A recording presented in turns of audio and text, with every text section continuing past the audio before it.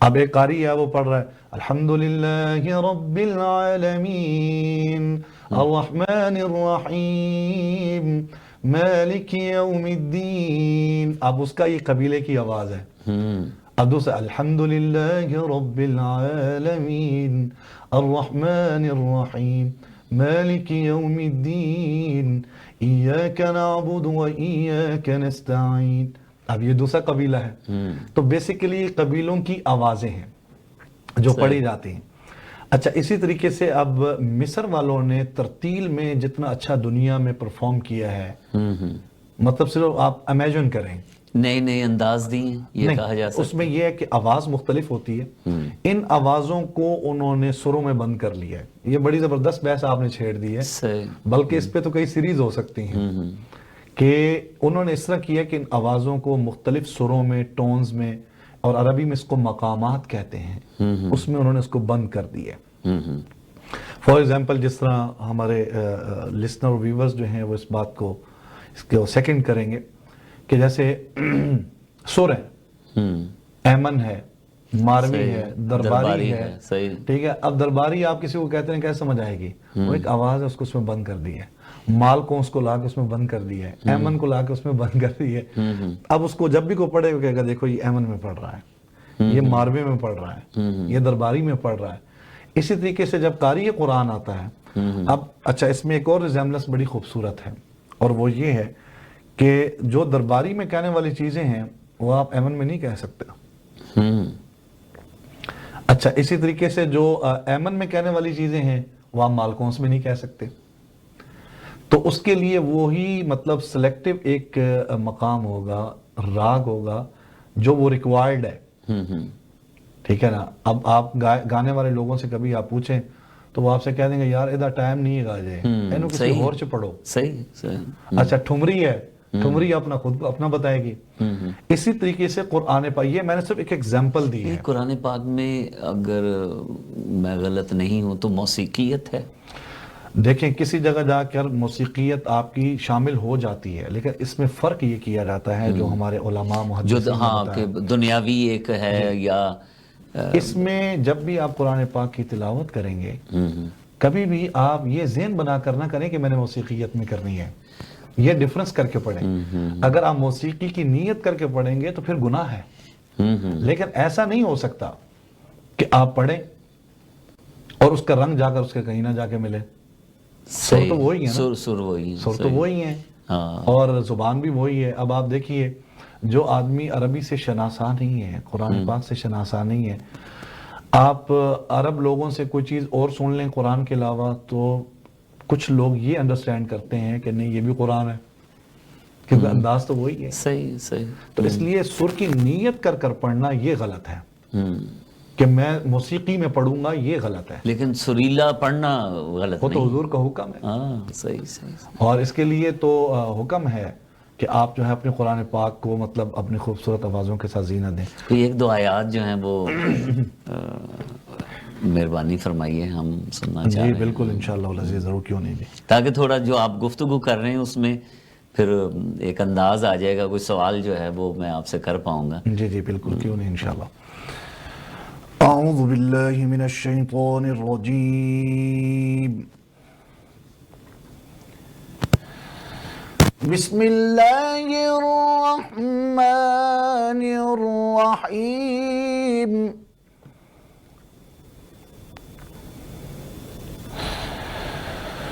والضحى والليل إذا سجى ما ودعك ربك وما قلى وللآخرة خير لك من الأولى ولسوف يعطيك ربك فترضى.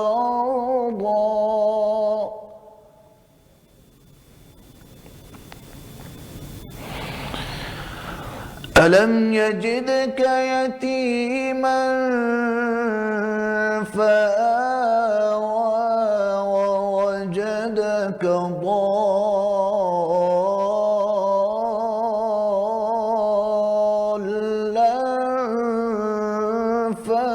فهدى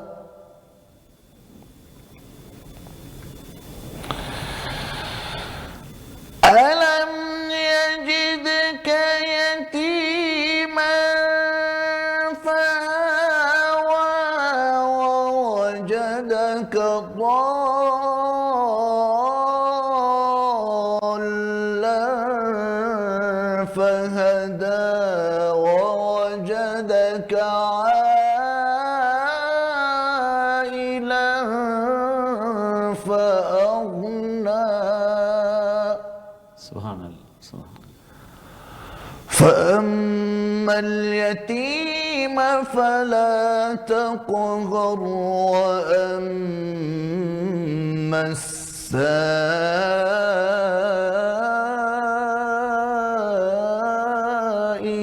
فلا تنهر وأما بنعمة ربك فحدث صدق اللہ العظیم. سبحان اللہ ماشاءاللہ ماشاءاللہ. اتنی خوبصورت آواز میں جب قرأت ہو تو خانہ کعبہ کا عکس سامنے آ جاتا ہے. سبحان اللہ. اس میں کوئی شک نہیں کہ بندہ اس دنیا میں پہنچ جاتا ہے لیکن جہاں قرآن سے یہ پاک جو پیغام ہے وہ شروع ہوا تھا. ایک ایسا ایک نسبت ہے قرآن کو، ایک یہ واحد کتاب ہے جو کلام اللہ ہے. اور کوئی تحریف آج تک دیکھیں تعریف نہیں ہو سکتی. کہ اللہ تعالیٰ نے شروع ہی کر دیا کہ اس پہ کوئی شک و شبہ نہیں ہے اور اس میں تحریف ممکن ہی نہیں ہے. اللہ تعالیٰ اور نے کوئی ایک آیت اس کے مقابلے میں واقعی کوئی نہیں لا سکا. نہیں. یہ چیلنج تھا. فَلْيَأْتُوا بِسُورَةٍ مِّن مِّثْلِهِ وَادْعُوا شُهَدَاءَكُم مِّن دُونِ اللَّهِ إِن كُنتُمْ صَادِقِينَ. اگر تم سچے ہو تو اس کے مقابلے میں ایک آیت ملا کر سورۃ الکوثر جو ہے وہ بیت اللہ شریف کے دروازے پہ لٹکائی گئی اور چیلنج ہے کہ کسی بندے کے پاس بھی اگر اس کے مقابلے میں کوئی کلام ہو. اچھا. تو سارے لوگوں نے یہی کہا واللہ لا هذا کلام البشر، یہ کسی عام آدمی کا کلام نہیں ہے. تو اب آپ دیکھیں ہر آدمی اس کو دنیا میں اپنے ذوق کے ساتھ اس کو پڑھ رہا ہے اور اس کے اثرات آج 1400 سال گزرنے کے بعد بھی لوگوں کے اوپر وہی مرتب ہو رہے ہیں. اور جب حضور کے زمانے میں پڑھا جاتا ہوگا تو آپ دیکھیں اچھا کیا سورۃ الکوثر کو باہر لٹکا دیا جی گیا بیت اللہ شریف کے دروازے پہ، اور لوگوں سے یہ کہا گیا کہ آپ لوگ جو اتنی شعر و شاعری کرتے ہیں ساری ساری رات آپ کی گزر جاتی ہے صرف اس ایک کلام کے بارے میں، صرف اتنی چھوٹی 3 آیتیں. سر سورۃ الکوثر مہربانی فرمائیں. اچھا پھر اس کو میں سنا. بسم اللہ الرحمن الرحیم انا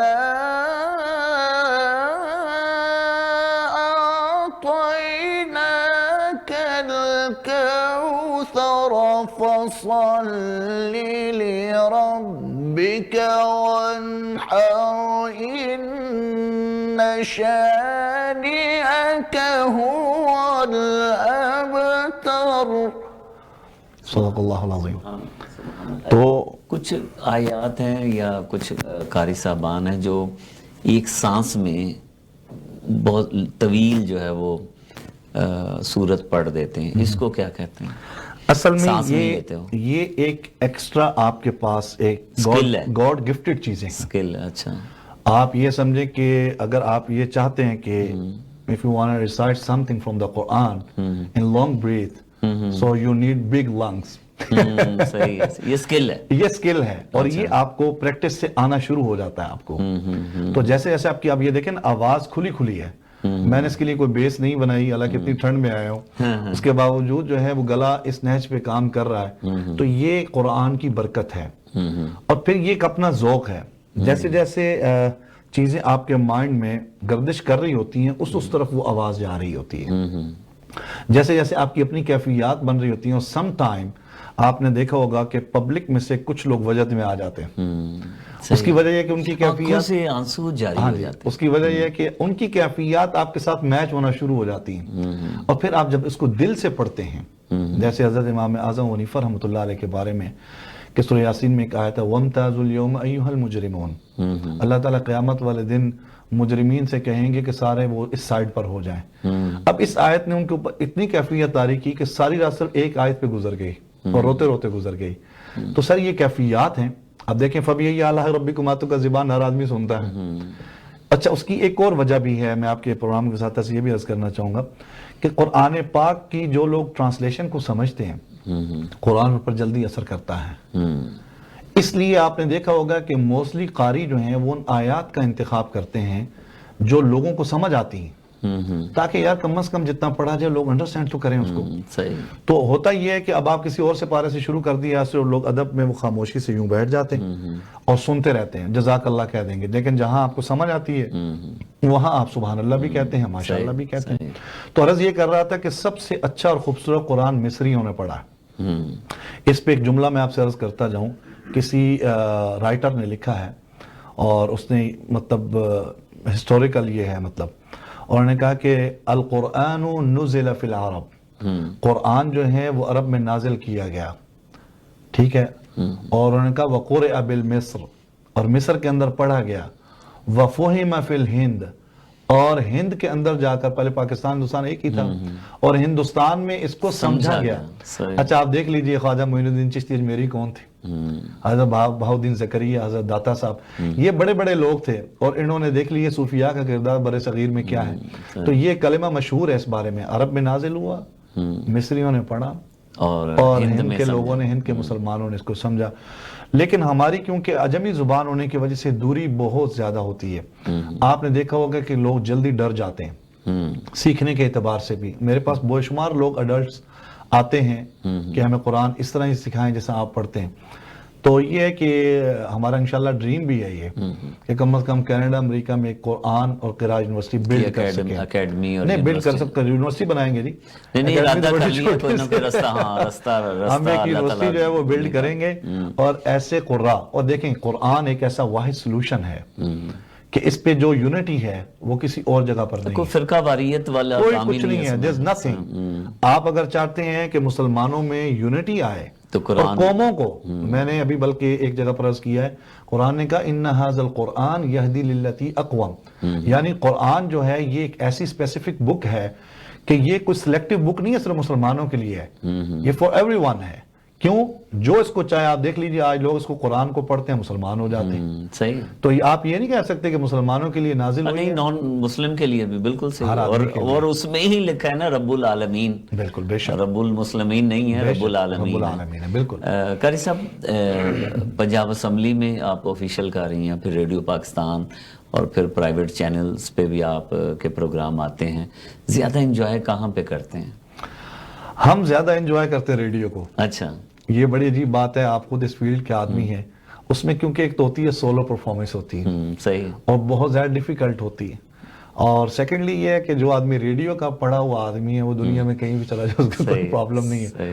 اچھا ہم اس کو انجوائے کرتے ہیں، اور اس کے بعد میں ہم انجوائے کرتے ہیں پنجاب اسمبلی کے سیشن کو، اچھا صحیح، جہاں پر 375 بلکہ مور دین 75 مطلب ممبرز ہوتے ہیں، کسی آدمی کو الاؤ نہیں ہوتا کہ وہ بات کرے، سب سے پہلے قرآن ہے، پھر جس توجہ کے ساتھ سنا جاتا ہے پھر اس کی ٹرانسلیشن ہوتی ہے، تو بڑا اچھا لگتا ہے۔ چلے نمائندگان بیٹھے ہوئے ہیں، جی بالکل نمائندگان بیٹھے ہیں، اور مطلب یو کین سی مطلب۔ اچھا یہ پنجاب اسمبلی میں جب آپ پڑھتے ہیں تو آیات کا انتخاب کون کرتا ہے؟ آیات کا انتخاب کرتے تو ہم خود ہی ہیں، لیکن اس میں بھی کچھ لوگ جو ہیں وہ کچھ لوگ ہیں جو انتخاب کرتے ہیں۔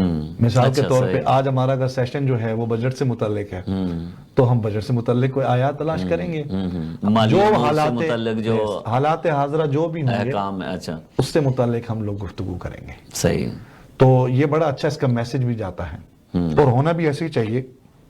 جیسے ابھی اگر آگے رمضان آ رہا ہے، اب پروگرام تو آپ رمضان کا کر رہے ہیں، اور آیات جو ہے وہ آپ عذاب کی پڑھ رہے ہیں، کسی کی مرگ ہو گئی ہے، آیات کا انتخاب یہ بڑا مشکل کام ہے۔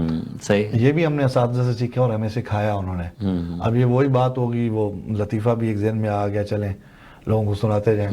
وہ کسی کی مرگ ہوئی تھی، اس نے کہا یار کوئی نعت سنا دیں، کوئی کلام سنائیں آپ، اور کہنے لگی نے موجہ ہوں لائی رکھی سونیا. اس نے وہاں کہا وہ یار نہیں، اللہ کے بندے میری ماں کے کول ہیں اور تم کیا پڑھ رہے ہو. موجیں لگا رہے تو انتخاب جو ہے آیات کا ہو کلام کا ہو جیسا آپ کا پروگرام ہے جیسا آپ چیزیں ڈیلیور کر رہے ہیں اس کے اکارڈنگ ہونی چاہیے, اس سے مختلف نہیں ہونی چاہیے. قاری صاحب آپ نے انٹرنیشنل لیول پہ بھی کئی ملکوں میں آپ گئے ہیں, تو کون سا یادگار وزٹ ہے آپ کا؟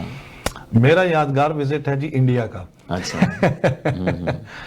میں مطلب وہاں پہ تھا ان 2008 اور میں مطلب پریزنٹ کر رہا تھا پاکستان کو, اور there was 35 countries and مطلب I have the second position between 35 countries. تو بڑا میں نے انجوائے کیا, اور میرے خیال سے ایٹ اے ٹائم 2 دن رہا ہے ہمارا کمپٹیشن. پہلے انہوں نے ڈومیسٹک لیول کا کیا, پھر انہوں نے انٹرنیشنل لوگوں کو لے کے آئے, تو اس میں کم از کم 5000 لوگ تھے اس میں جو سامعین تھے. تو میں جب بھوپال سے واپس دلی آیا تو لوگ جو ہیں وہ مجھے بڑا اچھا ویلکم کر رہے تھے, مجھے بڑا اچھا لگا. کہنے لگے ارے صاحب یہ تو وہی قاری صاحب ہیں جو پاکستان سے ہیں, آپ کو پتا ہمارے ذرا جو اپنا دوسرے معاملات بھی ہیں اس میں بھی لوگ بڑا اچھا اپریشیٹ کرتے ہیں پوزیٹیولی نا, مذہب کے حوالے سے, قرآن کے حوالے سے. وہ میرا بڑا میموریبل قسم کا جو ہے نا وہ وزٹ تھا جی. قاری صاحب نعت خوانی کی طرف زیادہ کیوں نہیں آئے آپ؟ اصل میں نعت خوانی جیسا میں نے آپ کو پہلے عرض کیا 10 منٹ پہلے کہ قرآن کے جو سر ہیں وہ مطلب ایک جو ہے نا وہ سلیکٹیو قسم کے ہیں, عربک ٹونز کے ساتھ جو ہے نا وہ مطلب کرتے ہیں, میچ کرتے ہیں. کیونکہ نعت خوانی جو ہے وہ اجمیت میں بہت زیادہ ہے, آپ الفاظ کی ادائیگی سے باہر نکل جاتے ہیں. اس لیے جو اچھے اساتذہ ہیں وہ زیادہ نعت شریف کو پڑھنے سے, یعنی کہ پرفارم کرنے کو پبلک پلیسز میں, ویسے تو نعت شریف پڑھنا ثواب کا کام ہے, پبلک پلیسز میں ایز اے پروفیشن وہ منع کرتے ہیں. قاری صاحبان کے لیے, قاری صاحبان ان کے لیے منع کرتے ہیں تاکہ یہ دونوں چیزیں آپ کی مکس نہ ہوں, اور آپ اپنی حصے کا کام اپنی ٹیریٹری میں رہ کے جو ہے نا وہ کریں, اس کا بینیفٹ اور اس کا آؤٹ پٹ زیادہ ملے گا. صحیح ہے. تو ویسے نعت شریف پڑھنی چاہیے, لیکن کم پڑھی آپ نے؟ جی کم پڑھی ہے میں نے. اچھا, پڑھی ہے لیکن بہت کم پڑھی ہے. کوئی چند اشعار نعت کے؟ جی میں 1-2 اشعار جو ہیں وہ پیش کر دیتا ہوں.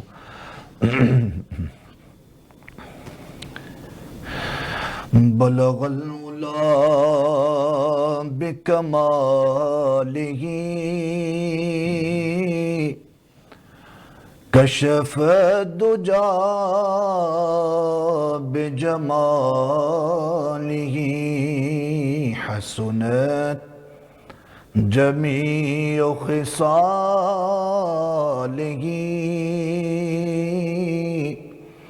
صلو علیہ وآلہ. جسے چاہا در پہ بلا لیا,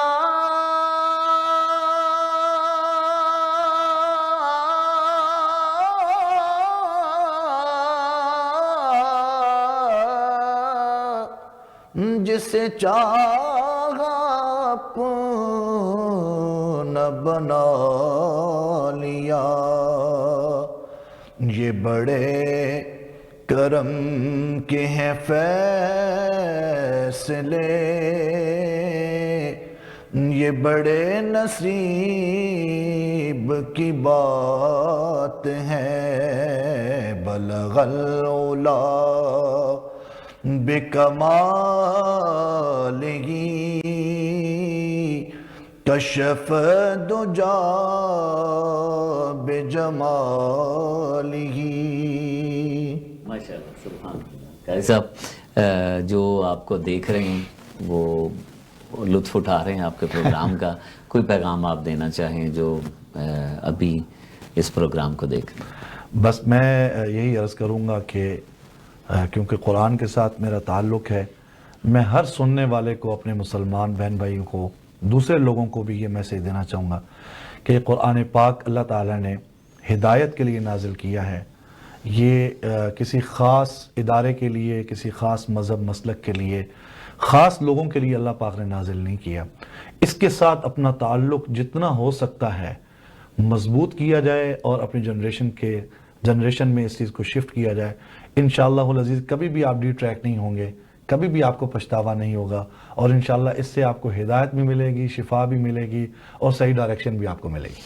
قاری صاحب دل تو چاہتا ہے باتیں کرتے رہیں، اور انشاءاللہ آپ کینیڈا دوبارہ آئیں جی انشاءاللہ ضرور۔ تو آپ کو ہم ویلکم کریں گے۔ جی تھینک یو سو ناظرین، یہ قاری خالد عثمان علوی جو قرآن پاک کا پیغام ہے آپ نے سن لیا، اور قرآن کا پیغام پیغام محبت اور پیغام امن ہے جس پر ہمیں کاربند رہنے کی ضرورت ہے۔ قرآن پڑھیے، اس کو سمجھنے کی کوشش کیجیے، اور آج کے پروگرام کے حوالے سے فیڈ بیک ہو تو info@canada1.tv۔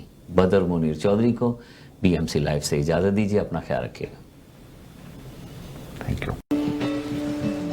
Thank you sir.